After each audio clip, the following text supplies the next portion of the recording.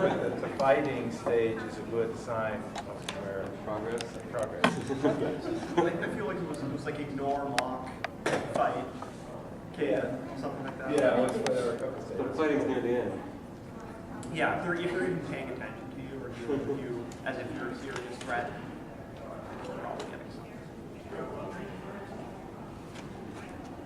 So what do you think are the issues in, the overriding issues in organic agriculture, or things that you've heard of today that, throughout the day, yesterday, that are on your mind, or that you're thinking of? Any, are they have a takeaway from these 2 days that, in your research? More money. I'm running out.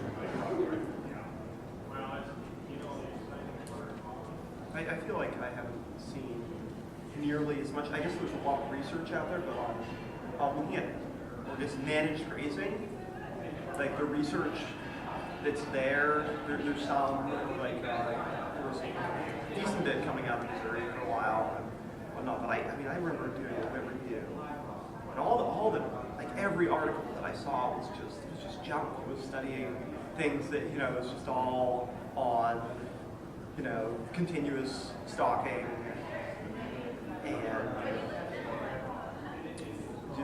just a lot of specifically on forage varieties and these continuous stocking systems and whatnot, and the amount of research that's really out there, especially on the environment in grazing, that really gets into managed grazing and what the possibilities are is I find so lacking. And For people who are not grazers, can you say more about what you do to manage? Usually you're usually talking about moving your animals on a frequent basis, and one of the things that makes it difficult to research and replicate is there's so many different variables and so many different ways that people use basically the tools of grazing an animal impact, which is having your animals on the space, and the tool of rest, not having animals on that space. There, for two tools, it seems like it would be pretty simple, but there's actually such a large variety of ways that people use, and there's some, but not a lot of data out there to really help farmers understand how to use those tools. I feel like there's some, but it seems really lacking to me. But I would think that part of the problem, and grazing is a case in point because it's so complex. But I think part of the problem, and organic is particularly vulnerable, is that we have to do systems. In other words, it's a soil plant, and then if you add the animal, and then if you add the human and economics. Well, obviously farming is a fairly complex event no matter what, but when you rely on biological processes and throw out some of these major technologies that simplify things that cannot be simplified. But then I think, and I'm speaking from the research side, the researchers tend to approach that from a little piece point of view, because it takes so much more effort to do the whole thing, or to cooperate with the other people, that you would have to cooperate with the soil scientists or the entomologist, whoever it might be, depending on what you're doing. So I think, and then our funding apparatus doesn't help us at all, because for the most part, it's directed to control of powdery mildew, rather than growing tomatoes or whatever it might be. And it's only for a year or 6 months or 2 years. And that's certainly part of the problem with the grazing area, because it's a long-term, multidisciplinary type activity. I'm somewhat, I feel like years ago, 5 or 6 or not that many years ago, maybe 7 years ago, when you saw an organic presentation at a conference, it would be someone looking at a very restricted system. For example, an apple orchard parked in the middle of a conventional apple orchard, and they'd be doing organic testing. No consideration for the big picture, for what's around it, what are there habitats? Nothing, just very focused, and that's disappearing. I think organic researchers now are beginning to realize that there's a big picture, that you can't take some little system out of the middle and do something with it, that it's too complicated. So it's, in a way, it's good that it's complicated. I mean, it's good that it's hard to do because it is. It's a multivariable system. I mean, there are a lot of complex things going on, and that makes it difficult research, but that's the way it is. You know, that's why it works. So, So the one of the parts the farmers might play would be, again, from a research point of view, providing this system that we can work in. You know, so that the farmer can take care of a number of items that I wouldn't be able to take care of on a research station or in a lab.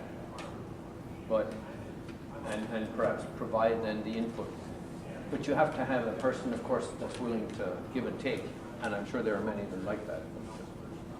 yeah. So that could be a real.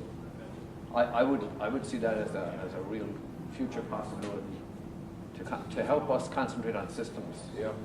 And to work within. Well, now you're not going to get funded unless you do both these days. OREI, for example, I mean, unless you concentrate on systems, you have a research station aspect and an on-farm aspect with cooperating growers that advise you on both systems, you won't get the funding. Now that girl from OER, that I know, the woman was here that was, I didn't know her either, but she kind of said, don't worry about it.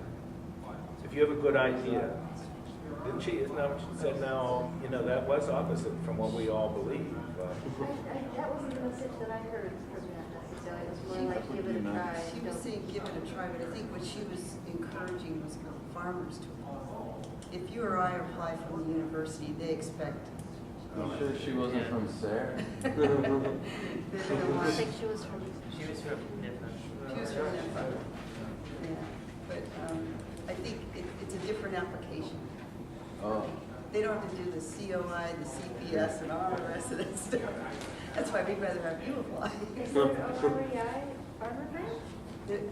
She made it. She made it sound Like maybe it was the I'd have to look at it. transitions. I just filed a thing. Was it the organic transitions money that she was talking about? Instead of the, that OREI? Because OREI, that's interesting. Sorry, I Yeah, missed she that. didn't seem to say that they wouldn't need to do grants.gov, for example, because Alice. .gov alone, you need Oh, support you staff. need a full-time person on it.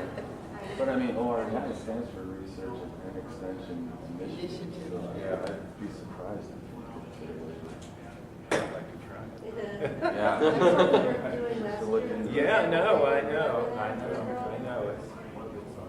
It's mind-boggling. I think we've actually gone overboard a little bit to one side on that, in terms of there's still research that needs to be done.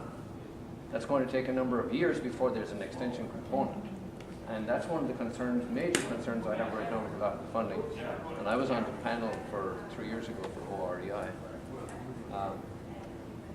In other words, there's I don't like to think of it this way necessarily, but there's a kind of a pipeline of research. You know, the people that are doing genomics, they're not going to be applying for OREI grants because they're just doing genomics, but their work will be used maybe by plant breeders, and then the plant breeders will want to integrate with some other people before it gets to the point where you can write an OREI grant. But where do you go for organic genomics? Yeah. And I mean that in a very positive way. I don't mean GMOs or organic plant breeding. Where do you? Because it's 10 years of work before you have a result. There are some concerns there in terms of the kinds of granting that we can get for more basic research rather than applied. Yes, but so I hear that, and I often struggle with that too. And I think having your work be very participatory and having farmers on board fulfills that part of that requirement for outreach, I think, too. So I think there's different ways to. It's not just I completely agree. delivering the end product. It's more getting people. But it's not extension. It's actually participatory. Yeah, you're right, you're right. Can I ask a question? How many of you that are farmers actually have a long-term relationship with your agriculture experience station in your state? Or do you even know what an agriculture experience station is? I do, I mean, for as long as I've been farming, I've been working. So you work with your state ag Well, experience with, station? yeah, with extension and also Right. with, with groups at IPM and other groups Right. at the ag. And you work with them in the long term? Long term and in a good relationship. I guess. Yeah, but is this the only person in this audience here? Well, in my farm experience, I felt like in creating a relationship with the extension service, it was limited by their own lack of resources. Mm-hmm. You know, they visit with you when you're at the initial phase, and then you probably wouldn't hear from them ever again. I mean, you know, you just don't. I was there for a 3-year period, and you know, I spoke with. I had repeated contacts with them, but you know, I only actually spoke with them one time. Well, a lot of agriculture experimentation funding was cut over the past 10 years. I came from University of Vermont. I'm a research teaching faculty. I don't have extension outreach component in my appointment, but all of my work is required to have real field work experience and application.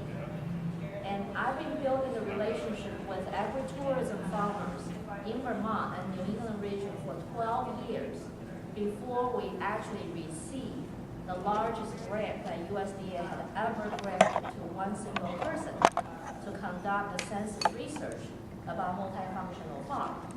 So what I'm trying to say is it does take time to cultivate that relationship, and don't get disappointed because we do run on a very limited budget, and plus I have to teach 500 students, adding the student number in there.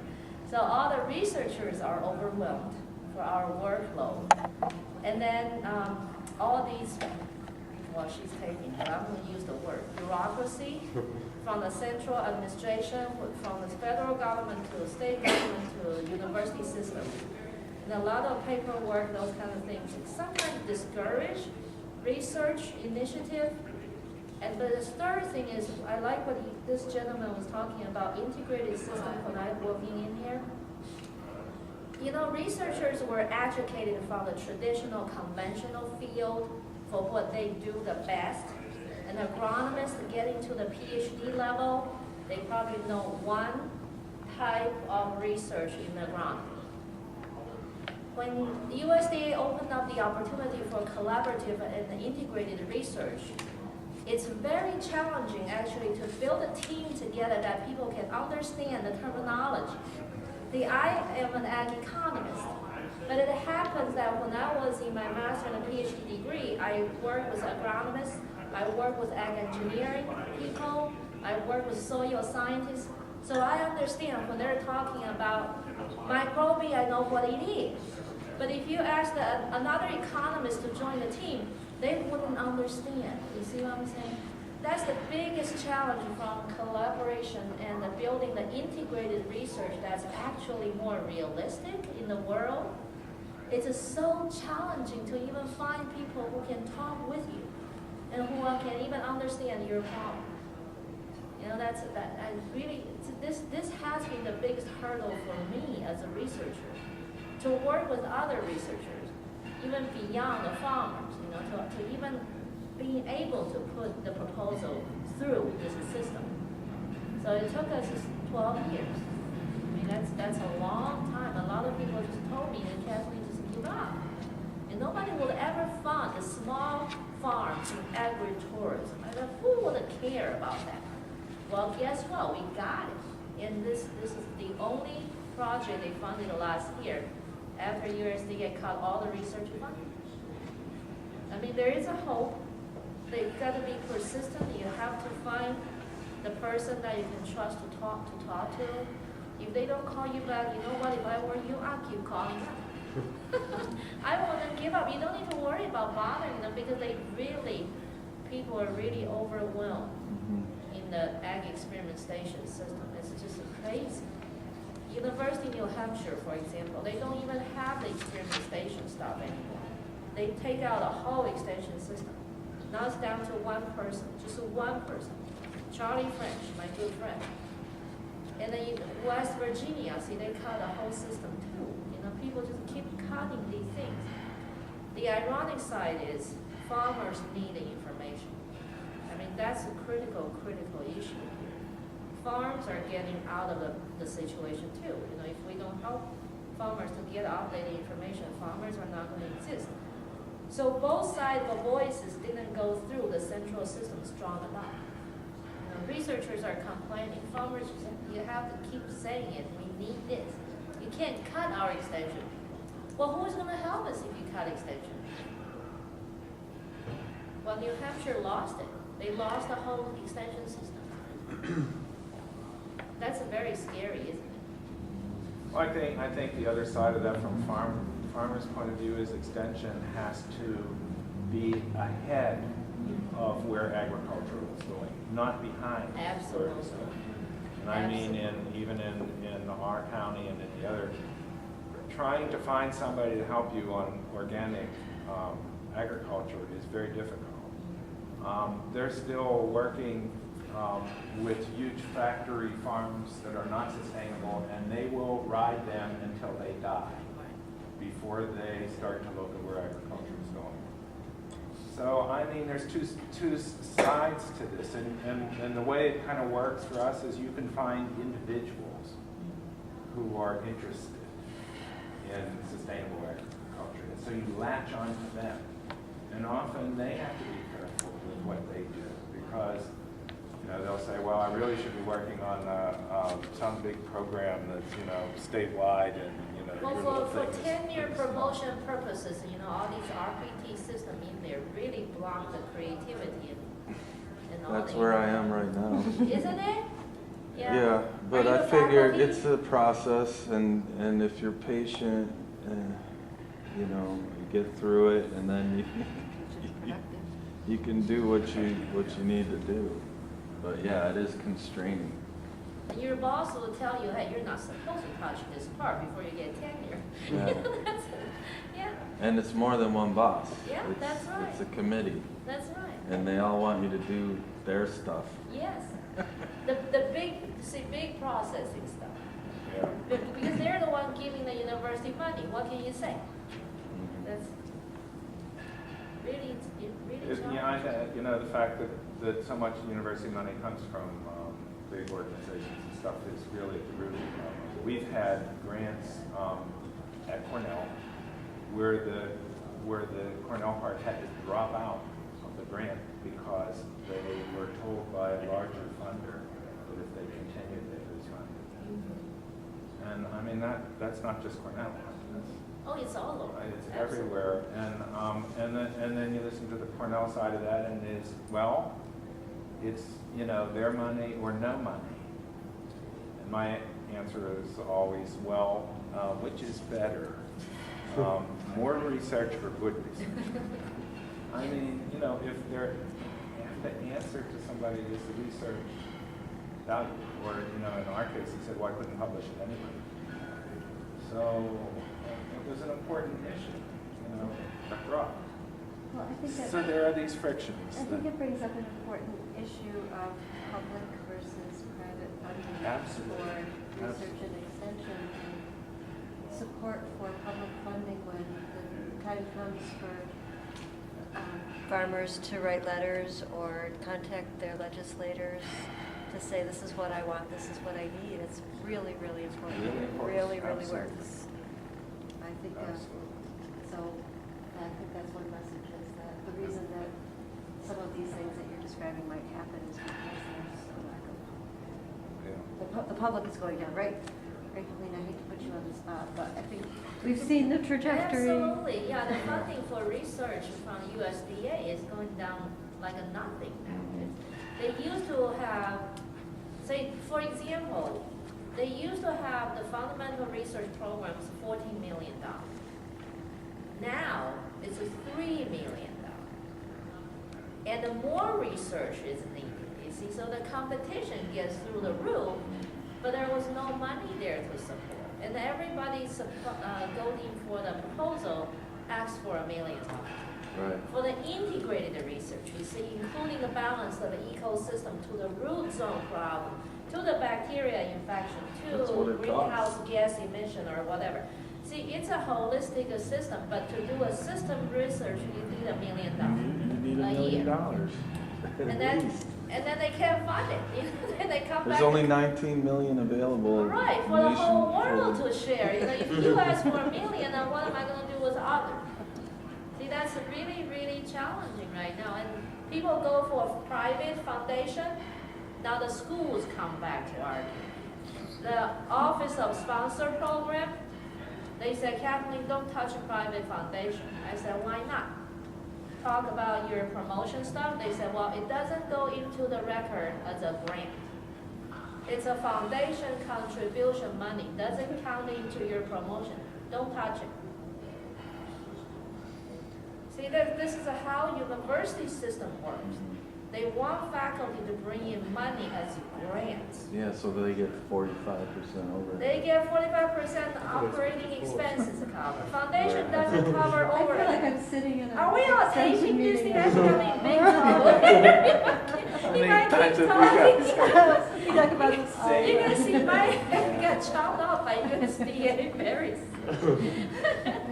But Well, that's I true. think if farmers and if we all work together, I was impressed with the thing with IPM last year. A lot of letters were written, right? And a lot of activity. I mean, I don't know how many calls we made. Our program is an example of what public support can do in really tough Can you guys funding talk a little times. more People about need that? to I step don't know up if to the everybody's plate. familiar. I'm Can sorry. you talk a little more about what happened with, it was the Cornell Extension IPM program, right? Yes. That was on the Yeah, chopping so block. because of the state financial situation, the budget was cut and kind of eliminated, and it was farmer support, farmer and other stakeholders, really, environmental groups, all across the board, writing letters and getting legislators to restore some of the funding. And so that was very successful, and that's why I'm emphasizing that fact and telling you that it really does work. There's also a private contribution too, wasn't there?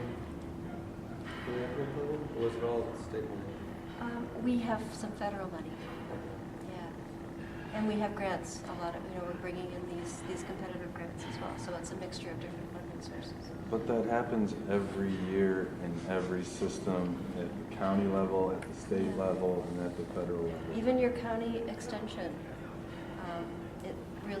they really need your support with the county legislators Yep. who are making the funding decisions. Because if the county doesn't support it, then the university pulls it. Yeah. And a lot of time is spent on that, and in some ways you might think it's wasted time, but in other ways, I think that's spreading the word and working on, that the fact that so many people stepped up for IPM is a message beyond the fact of getting the budget funded. Now people realize that was an important program, to a lot of farmers. I think it's important for farmers to realize that when they step up like that, things happen. Yeah. Right? So- Right. So I mean, it's the way it should work. Anything else? I was expecting to talk about insects and diseases Yeah. and fertility We're all management. burned out on it. I had a conversation with a few, there's a department party or something, and there's a suggestion that the extension system may be moving to more of a fee for service based system. I don't know. It has been, will You continue. mean fee for what we Program. provide to people? Right. Our costs to do things are continually going up. So I see that. The to farmers recoup having to this- pay, so that it's only the big farmers that are getting the services, and you have to pay. If you want your extension agent to come out, you give them a check. You can do it. Well, so I would just like to address that a little bit in that, I don't know how many years ago, there used to be like one extension agent per county who would deal with a certain group of farmers, and there was a lot more visiting and kind of a service aspect to it. And that's really evolved into very much of an education and even applied research role. So that kind of service role that extension may have done a long time ago has really switched into educational role, although there's still like problem solving, but it's not like somebody is able to come and stop and see you. It's more about, I have a problem, can you come and help me? Fine. So kind of the sense of thinking of not being in touch with that person is really, it's really kind of on the farmer to make that, take the initiative and make that happen. So, so that, I guess, and so many of the larger farmers now are actually paying private consultants to do some of the things that they did, I think, used to get from extension. It's a growing business, agricultural consulting business is growing. I'd like to chime in on this as director for Yes. Cornell Cooperative Extension. With that decline in public support, I've been director for 10 years now, and we have gone from providing fleet vehicles to not providing fleet vehicles. And so what's happening is the cost to come out to your farm is landing on the employee, and that's what's starting to trigger these fee-for-service kind of things. In our state, New York, I don't know of anybody doing that, although I've heard a few rumors of people that said, well, I can't go all the way up there, but I can do within this county area. And as Abby said, we're in regional teams, and so what happens is the counties that contribute to those teams draw the line around the state. And before, I could draw the line around the state, okay? And I could say, you're taking your behind up there, and you're gonna go. I don't care if it takes you 5 hours or 6 hours. But now, the counties are drawing that line and saying, we made the biggest contribution to this, and we're stopping the boat right here. So the more we let the public dollar go away, the more we're gonna see fee for service for everything. And as director in this state, I have to say, we're not too bad. There are other states where you're paying for the phone call. I mean, I'm just shocked at what's going on. And I'm seeing where there are no extension agents. It's all of that stuff. That's the only way you're going to communicate with a human being. You call in Colorado and some of those mountain counties, you're not getting a human. You're going to get a machine that says, leave a message. We'll get back to you. And you don't know where they're calling from. I mean, they could be calling from Denver, for all you know, and they may not have a clue what you're talking about. But, we're really trying to hold on to that local presence, but I'm telling you, the money's going away to the point where I can barely keep the local presence in agriculture. Now, my 4-H people can find grants because they want kids to stop smoking, they don't want them obese, et cetera. So they can get funds. And my nutrition people are wallowing in money because of the obesity epidemic. And I'm trying to get my ag people to see that obesity epidemic goes back to ag and food, and what are we eating? Are we eating real food or are we eating junk? And so, but it's tough. It is really, really tough out there. And, she's right, the university bureaucracy is bad, but I think as director, I would say the public funding situation is the worst. Because last year, the House of Representatives was going to cut extension nationally by millions of dollars. It was going to be a $1 million cut to me. And I was sitting there going, how many people do they think I can hold on to? I just had a civil rights audit where they said, you've laid off too many people in 1 year. Guess why? I'm not mean, I ain't got no money. So, I just about papered that guy to the wall. I know he left there going, that woman's crazy. But I let him have it. He was all over me about the layoffs. And I was like, are you kidding me? I don't have the money. And so when you get a cut at the federal level and you get a cut at the state level, and then the counties, they're squeezed from all over. I mean, literally, I have counties in New York State with 1% discretionary funds. And most farmers don't know, but extension is not mandatory. It is not a mandate that you fund your local cooperative extension. So I'm in there fighting with United Way to get money. I mean, it's amazing when you look at how the system's set up. So I think the biggest threat to agriculture is the lack of public support. And I think the other biggest threat is that people don't know where food comes from. Right. And the third biggest threat is that there are 3,900 calories available per person per day in the United States. There's too much food available. But it's not real food. It's junk food that's available. And so we have to get the word out. And we've really got to work hard at it. Because there are a lot of kids that don't know that a potato chip comes from a potato. I mean, you know, and so, you know, there's just, it's really frightening how much people don't know. When my son was in school, they were going, boy, this kid knows his food. I was like, yeah, you know, but it's shocking what kids don't know. And that we have to really be the ones that are going to have to get out there and make sure that they do know. And I think we have to, like what happened with IPM, they were zeroed. Abby didn't say that. It was a complete zero. The governor said, we need this. What is that? What is it? You know, yeah, what is it and what pest are we controlling and, you know, what are we managing? And what's integrated about it? And so we had to start from the very beginning and explain the whole thing. And then we had to fight like crazy to get half of the money restored.